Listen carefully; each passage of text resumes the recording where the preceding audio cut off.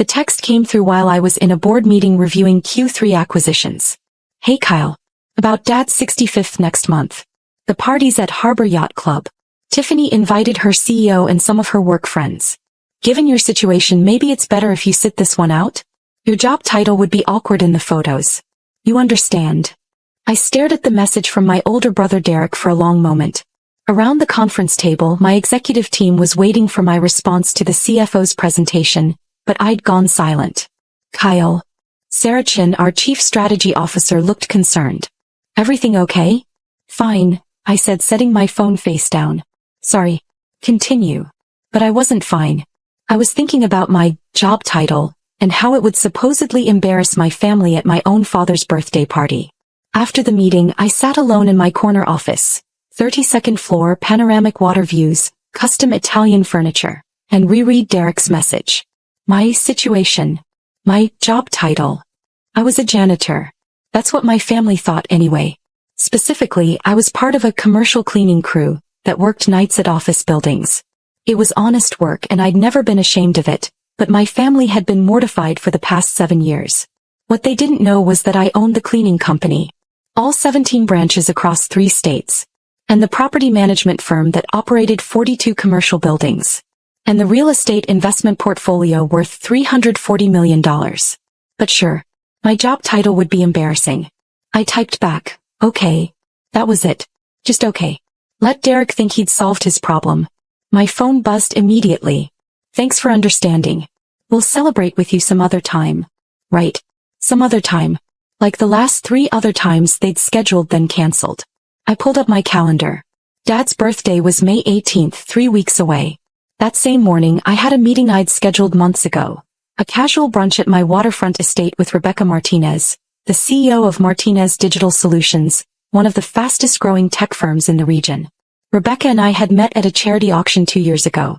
She'd been impressed that someone in property management, my polite euphemism, had bid $150,000 on a fundraiser package.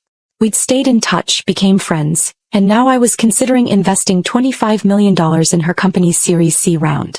The brunch was meant to be informal, just Rebecca, her husband, and a +1 she'd mentioned.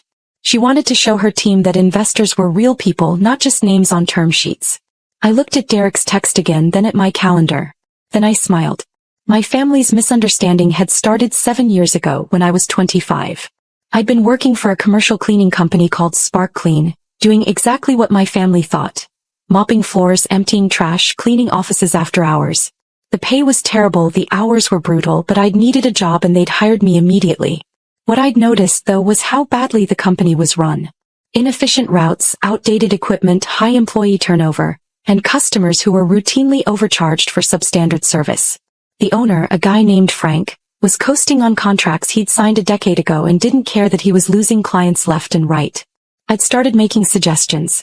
Better scheduling software. Investment in modern equipment. Employee retention programs. Frank had ignored every single one. So I'd started my own company. Took me 2 years working double shifts and saving every penny. I took business classes at night, studied operations management, learned everything I could about scaling service businesses.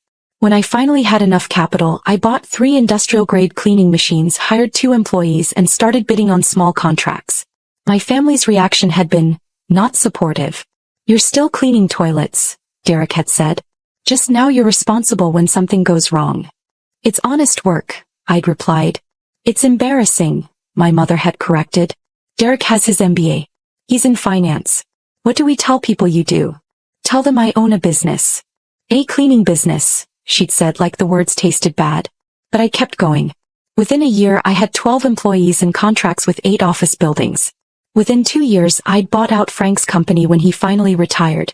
He'd run it so far into the ground that I got it for $200,000, including all his existing contracts and equipment. Within 3 years I had 50 employees and had expanded into property management. If I was already in these buildings every night, why not manage them too? Within 5 years I'd started buying the buildings themselves. Small commercial properties at first, then larger ones. My cleaning company gave me inside knowledge of which properties were well maintained and which owners were struggling. I could make offers before buildings even hit the market. By year 7, now, I owned Clean Core Solutions, 17 branches, 340 employees, core property management 42 buildings, and a real estate investment portfolio that I'd been systematically building property by property. My personal net worth, according to my last financial review, $340 million.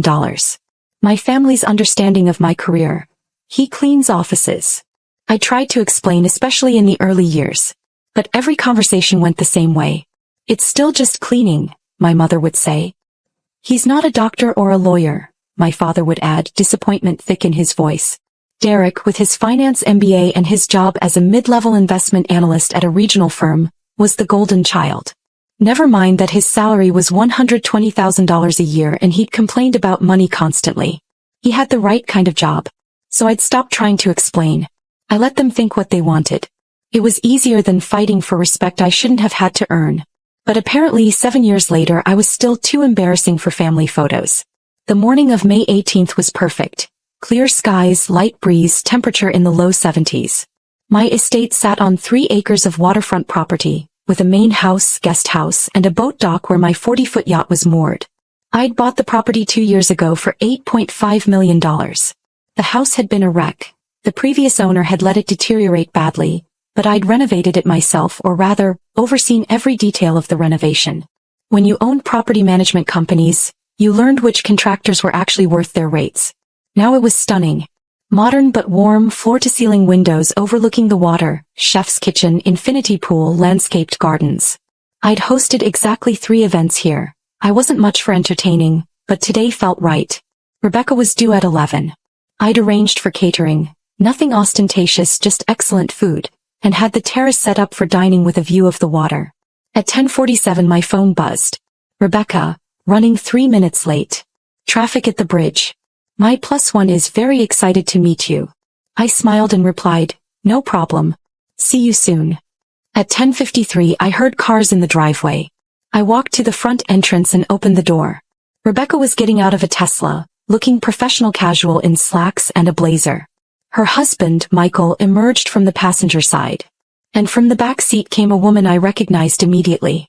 Tiffany. My brother's wife. She looked up at the house, my house, with wide eyes, clearly impressed. Then she turned toward the door, saw me standing there, and froze completely. Kyle. Her voice came out as barely a whisper. Hey, Tiffany. Kept my tone friendly, neutral. Welcome. Rebecca looked between us, confused. You two know each other? He's my brother-in-law, Tiffany said slowly, still staring at me like I'd materialized from thin air. Derek's brother. But I don't. This is. She looked back at the house, at the circular driveway with the fountain, at the pristine landscaping. You live here? I do, I said. Come in. Brunch is almost ready. Rebecca was putting pieces together. Wait. Kyle, you said you had family in the area but you didn't mention. She looked at Tiffany. This is so random. What are the odds? Yeah, Tiffany said faintly. What are the odds? I stepped aside, gesturing them in. Rebecca and Michael entered easily, admiring the entrance hall with its modern art and marble floors. Tiffany followed slowly, like she was walking through a dream. This is incredible, Michael said, looking up at the vaulted ceiling. How long have you lived here? 2 years. It needed a complete renovation when I bought it, but it was worth it. You bought, Tiffany started, then stopped. I'm sorry, I'm just confused. Derek said you worked in cleaning. I do, I said pleasantly. I own a commercial cleaning company. Also a property management firm. And I invest in real estate. Which is how I met Rebecca. We're discussing a potential investment in her company. Rebecca grinned. Kyle's being modest. He's about to write a $25 million check for our Series C round. Tiffany actually swayed. Michael caught her elbow. You okay, Tiffany? I need to sit down, she said. I led them through to the terrace. The caterers had outdone themselves. The table was set beautifully, overlooking the water where my yacht bobbed gently at the dock. Is that your boat? Michael asked. Yeah. Nothing too crazy, just a 40-footer. Good for weekend trips. Just a 40-footer, Rebecca laughed. Kyle, stop being humble. That thing cost more than most houses. Tiffany sank into a chair and pulled out her phone. Her fingers were shaking as she typed something. I could guess who she was texting. Brunch was delicious, but I barely tasted it. I was too busy watching Tiffany process her new reality. Rebecca and Michael were easy guests. They asked about the renovation, admired the view, and discussed the potential investment with genuine enthusiasm. Rebecca had built her company from nothing just like I had, and we understood each other. Tiffany kept looking around like she was cataloging everything. The custom furniture. The art on the walls. The infinity pool visible through the windows. The yacht. Every detail that screamed money. So Kyle, Rebecca said over her second mimosa, Tiffany tells me she works in your HR department. Small world. How did you two meet? Derek and I have been together for 8 years, Tiffany said quietly. Married for 5. But Kyle and I have barely spoken. Family gatherings were always brief. Busy schedules, I said diplomatically. Right, Tiffany said. Busy schedules. Her phone buzzed. She glanced at it and her face went pale. Everything okay? Rebecca asked. Fine. Just, my husband. He's at his father's birthday party. She looked at me. The one happening right now. At Harbor Yacht Club. Oh, that's today? I said mildly. I forgot. You forgot, Tiffany repeated. Busy schedules, I said again, taking a sip of coffee. Rebecca was starting to sense tension. Well, I'm glad the schedule worked out for today. Kyle, I wanted to ask about your property management approach. Tiffany mentioned you have quite a few buildings. 42 commercial properties, I said. Mostly mid-size office buildings, some retail spaces. The cleaning business and property management work well together. I can offer package deals which clients appreciate. Smart vertical integration, Michael noted. You're capturing value at multiple points in the chain. Exactly. Plus, being in the buildings every night gives me insight into maintenance issues, tenant satisfaction, potential problems. When I'm considering buying a property, I already know everything about how it operates. Brilliant, Rebecca said. And the real estate portfolio? How'd you get into that? Started small. One property then another. Reinvested profits, leveraged equity carefully. After a while, the portfolio builds itself. He makes it sound easy, Rebecca told Tiffany. It's not. Most people with his background wouldn't have seen the opportunity, let alone executed this well. His background, Tiffany said slowly. You mean cleaning offices? I mean starting with nothing, Rebecca corrected. Kyle told me he was working night shifts, saving every dollar, teaching himself business operations. That takes discipline and vision. Most people just complain about their circumstances. Kyle changed his. Tiffany was quiet for a long moment. Then, Derek said you were embarrassed about your work. That you didn't like talking about it. Did he? He said that's why you never came to family events. Because you felt inferior. I set down my coffee cup carefully. That's an interesting interpretation. What's the real reason? She asked. Rebecca and Michael had gone very still, sensing this was bigger than they'd realized. I stopped coming, I said quietly, because every time I did, someone made a comment about my situation. My job. How I should have gone to college, gotten a real career, done something to make the family proud. After a while, it was easier to just not be there. But you were building all this. Tiffany gestured around the terrace, the house, the view. Yeah. Why didn't you tell anyone? I tried. You were there, Tiffany. You were at that Christmas dinner 5 years ago when I mentioned buying my first building. Remember what Derek said? She closed her eyes. He said you were over-leveraged and would lose everything. And your mother said I should be more careful with money, she added. That I was gambling with my future. Right. So I stopped mentioning it. Let everyone believe what they wanted. It was easier than arguing. My phone buzzed. A text from Derek. Where are you? Tiffany said she's at your house? What house? What's going on? I showed the screen to Tiffany. Want to handle that or should I? She took a shaky breath. Do you mind if I call him? This feels like a conversation we need to have. Use the study. Second door on the left, down that hall. She stood, slightly unsteady, and walked inside. Rebecca waited until she was out of earshot, then, okay, so there's clearly a story there. My family didn't approve of my career choices, I said simply. They still don't know the full extent of what I've built. As of about 20 minutes ago, Tiffany's the first one who does. The brother who's at the birthday party, Michael said. He doesn't know? Nope. He texted me 3 weeks ago to uninvite me because my job title would be embarrassing in the photos. Jesus, Rebecca said. No wonder you're so private about your personal life. It's easier this way. Is it though? She asked gently. I've known you 2 years, Kyle. You're brilliant, successful, genuinely kind. But you're also alone. No partner, no close family relationships. That's not sustainable. Says the woman trying to get me to invest $25 million in her company. I joked. I'm serious. You can't build an empire and have no one to share it with. Before I could respond, we heard raised voices from inside the house. Tiffany was audibly arguing with someone. Derek, presumably. I'm looking at it right now, Derek. I'm sitting on his terrace. There's a yacht at his dock. The CEO of my company is here discussing a $25 million investment. You told me he cleaned toilets. Silence then. I don't care what you thought. You uninvited your own brother from your father's birthday because you were embarrassed. Of what? Of who? He's worth more than our entire family combined. More silence. No, I'm not exaggerating. Rebecca just told me his real estate portfolio alone is worth over $300 million. Derek, we live in a condo. A condo. He has a waterfront estate. Rebecca winced. Should we go inside? Give her privacy.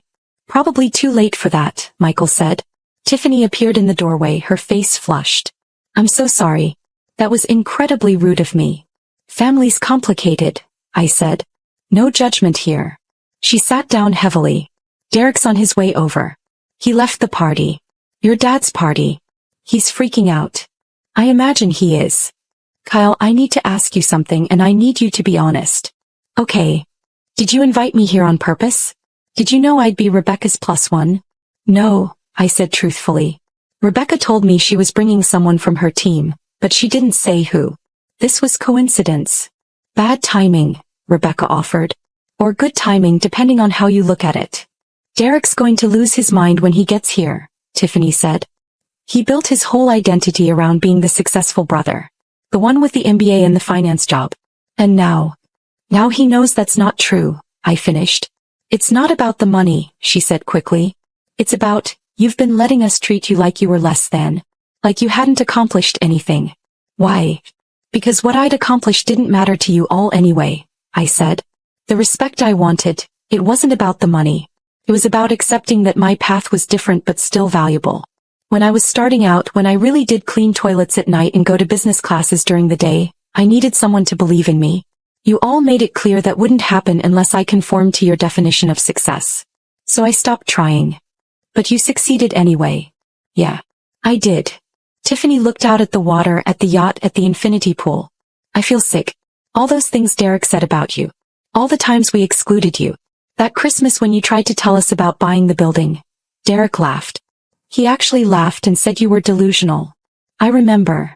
God, Kyle. I'm so sorry. Before I could respond, we heard tires on gravel.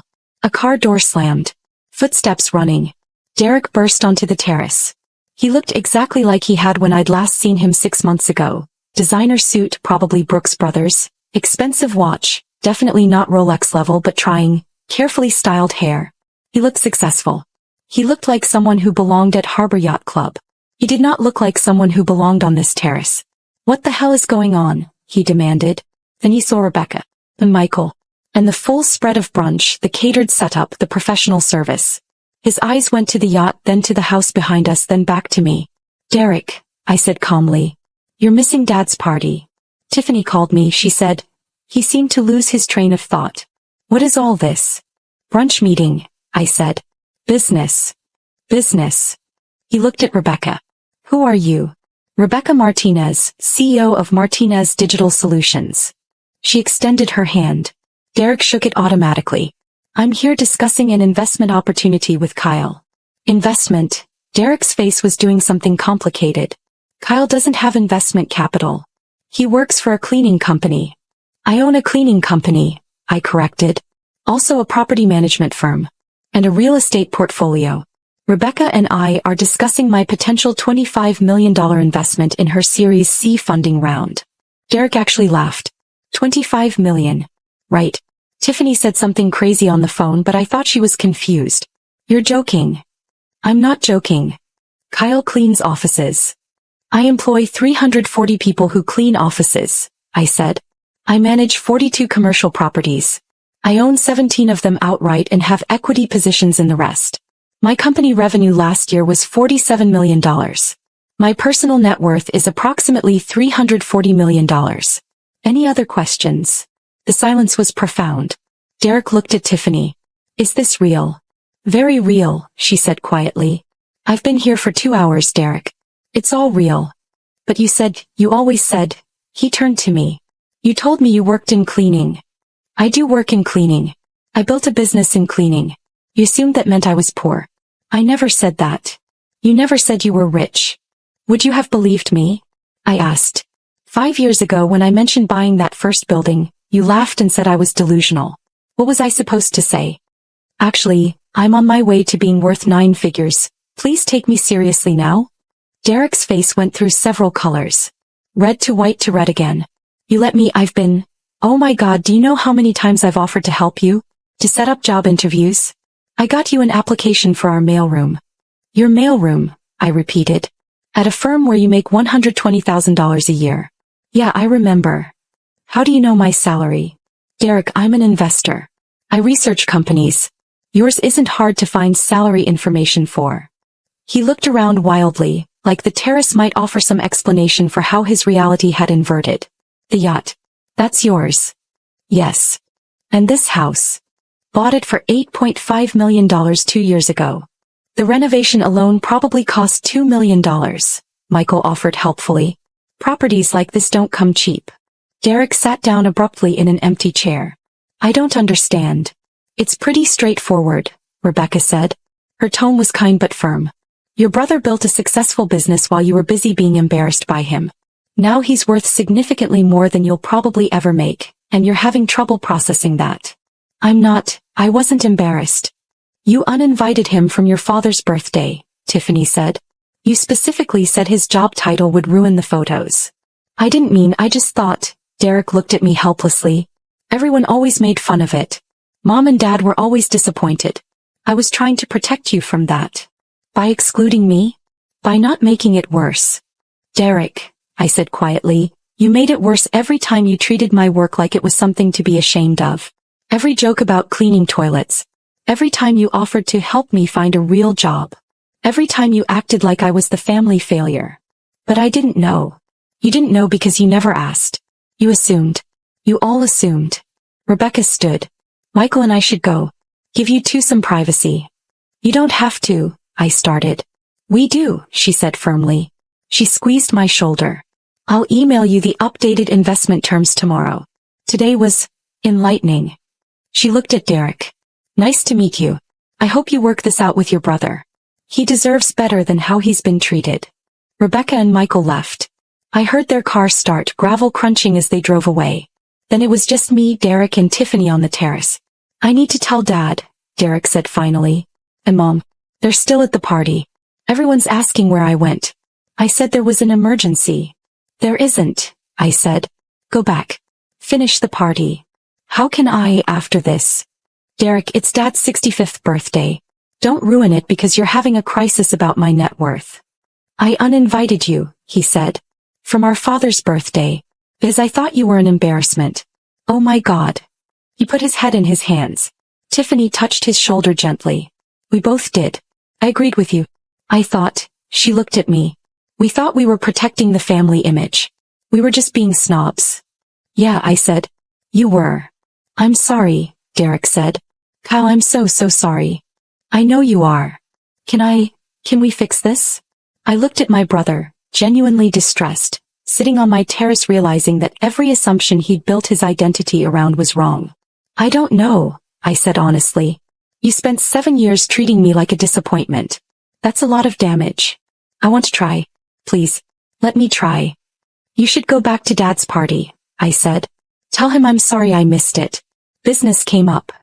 Come with me, Derek said suddenly. Come to the party. It's not too late. Dad would love to see you. Derek. Please. I know I have no right to ask. But please. Let me start fixing this by bringing my brother to our father's birthday. I looked at Tiffany. She nodded encouragingly. Fine, I said. Give me 20 minutes to change. Harbor Yacht Club was exactly as pretentious as I'd imagined. Valet parking, views of the marina, staff in white jackets, members in blazers and nautical-themed outfits. Derek's hand was shaking as he handed his keys to the valet. Everyone's going to ask where I went, he said. What do I say? Tell them the truth, I suggested. You left to pick up your brother. We walked into the main dining room. It was decorated for a party. Balloons, streamers, a banner that read, Happy 65th Birthday Ray. My father was holding court at the head of a long table, surrounded by friends and family. My mother saw us first. Her face went from confusion to shock when she saw me beside Derek. Kyle. She stood up. What are you doing here? Derek said you couldn't make it. Schedule opened up, I said. My father turned, saw me, and his face lit up. Whatever else was complicated in our family, Dad had always been genuinely happy to see me, even if he was disappointed in my career. Kyle, you made it. He came over and pulled me into a hug. I'm so glad you're here, son. Happy birthday, Dad. But I thought, Derek said. Change of plans, Derek interrupted. I went to pick him up. From his house. Your apartment, you mean? Mom said. His house, Derek repeated. His waterfront estate with the yacht. Kyle, show them a picture. Derek, I started. No more hiding. Derek pulled out his phone, found a photo he'd apparently taken of my house from the driveway and showed it to our parents. The reaction was gratifying in a petty way I wasn't proud of. Mom's mouth fell open. Dad squinted at the screen like it might be fake. That can't be. Mom looked at me. Kyle, where did you get that kind of money? I built a business, I said. Over 7 years. I tried to tell you, but no one wanted to listen. The nearby tables were starting to pay attention. I could feel eyes turning our direction. What business? Dad asked. Commercial cleaning. Property management. Real estate investment.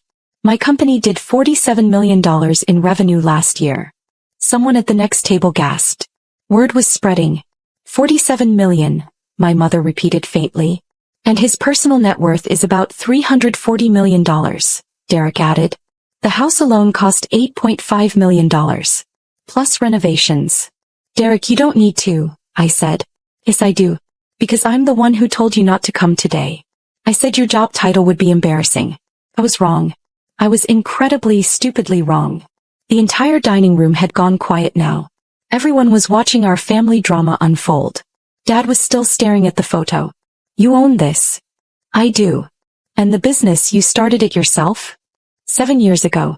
I was working for a cleaning company, noticed it was poorly run and started my own. It grew from there. Why didn't you tell us? Mom asked. It was the same question Tiffany had asked. I gave the same answer. I tried. Every time I mentioned what I was building, someone made a comment about how I was wasting my time or over-leveraged or fooling myself. Eventually I stopped trying. Let you believe what you wanted. But we would have, Mom struggled for words. We're your parents. We would have supported you if we'd known. Would you? I asked gently. Or would you have supported me because I was suddenly successful in a way you respected? Because those are different things. She didn't have an answer for that. Dad set down his drink. Kyle, son, I owe you an apology. Dad, it's your birthday. I owe you an apology, he repeated louder. The room was still silent, everyone listening. I've spent 7 years being disappointed that you didn't follow a traditional path. I wanted you to get your MBA, work at a firm, climb a corporate ladder. I thought that was the only way to succeed. He paused, emotion thick in his voice. But you built something. You took a risk, worked your ass off and built something real. And I was too blind to see it. I'm sorry. My throat was tight. Thanks, Dad. I'm proud of you, he said. I should have said it 7 years ago. I'm saying it now. I'm proud of you. Around the room people started clapping. It was absurd and theatrical and completely genuine. Mom was crying. I'm sorry too. We've been terrible parents about this. You haven't been terrible, I said. Just limited in your definition of success. Can you forgive us? She asked. I'm working on it, I said honestly. This is a lot.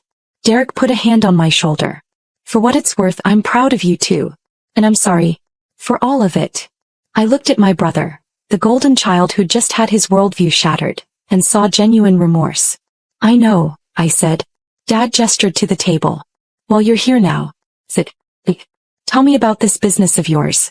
I want to hear everything. The party continued, but everything had shifted. People who'd barely acknowledged me in years suddenly wanted to talk, ask questions, hear about my company. It was exhausting and vindicating in equal measure. Tiffany found me by the bar an hour later. How are you holding up? she asked. Honestly, I don't know. This is weird. The weirdest, she agreed. For what it's worth, I meant what I said earlier. Derek and I are both sorry. We were horrible to you. You were. Is there any way we can make it up to you? I thought about it. Be better going forward. That's all I want. Not apologies, not guilt. Just see me for who I actually am. We will, she promised. Derek's already talking about having you over for dinner. Actually over, not just obligatory holiday appearances. That would be nice. She smiled. And Kyle, thank you. For what? For not giving up on yourself. For building something amazing even when no one believed you could. That takes strength. I'm sorry it took me this long to see it. A month later, I had dinner at Derek and Tiffany's condo. It was smaller than they'd probably like, in a building I actually owned, though I didn't mention that.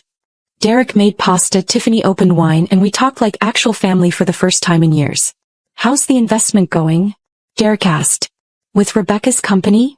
Closed last week. $25 million for 8% equity. They're doing great things. That's incredible. He hesitated. Can I ask you something? Sure. Do you hate me? For how I treated you? I set down my wine glass. No. I'm disappointed. Hurt definitely. But not hate. I was jealous, he admitted. That's what Tiffany helped me realize. You took this huge risk and it paid off. I took the safe path. MBA, corporate job, steady paycheck, and I'm doing fine. But you're doing better than fine. You're thriving. And instead of being happy for you, I told myself you were doing something embarrassing so I could feel superior. That's pretty self-aware, I said. Therapy, Tiffany interjected. Started 2 weeks ago. Derek nodded. Turns out I have some things to work through. Don't we all? I said. We talked late into the evening, and when I left, Derek hugged me tight. I'm glad you're my brother, he said. And I'm sorry it took me this long to act like it. Me too, I said. And I meant it. 6 months after Dad's birthday party, my parents hosted Thanksgiving. The whole family was there. Derek and Tiffany, my sister Sarah and her husband, various cousins, aunts, uncles. Everyone treated me normally, which was simultaneously wonderful and surreal. No one made jokes about cleaning toilets. No one offered to help me find a real job. They just accepted me. After dinner, Dad pulled me aside. I've been thinking, he said, about my retirement. I'll be 66 next year and I'm ready to slow down. That's great, Dad. I was going to ask Derek to help me plan the financial side. Make sure we're set up properly, investments allocated correctly. He paused. But honestly, I think you'd be better at it. Would you be willing to take a look at our portfolio? Professional opinion. It was a small thing. A request for help. But it represented something bigger. Trust, respect, acknowledgement of my actual expertise. I'd be happy to, I said. Thank you, son. He smiled. I really am proud of you. I know I said it at the party, but I want you to know I mean it. You built something remarkable. Thanks, Dad. And Kyle. He squeezed my shoulder. I'm sorry it took me so long to see it. That night, driving home along the waterfront, I thought about the journey. 7 years of being underestimated, dismissed, treated as an embarrassment. 7 years of building something anyway, proving myself to the only person whose opinion really mattered. Me. The validation felt good. Having my family finally understand, finally respect what I'd built. That felt good too. But what felt best was knowing I'd done it without their approval. I'd succeeded because I believed in myself even when no one else did. That was worth more than any net worth, any property portfolio, any investment. I was exactly who I'd always wanted to be. Someone who didn't need permission to succeed. And finally, my family was starting to see it too.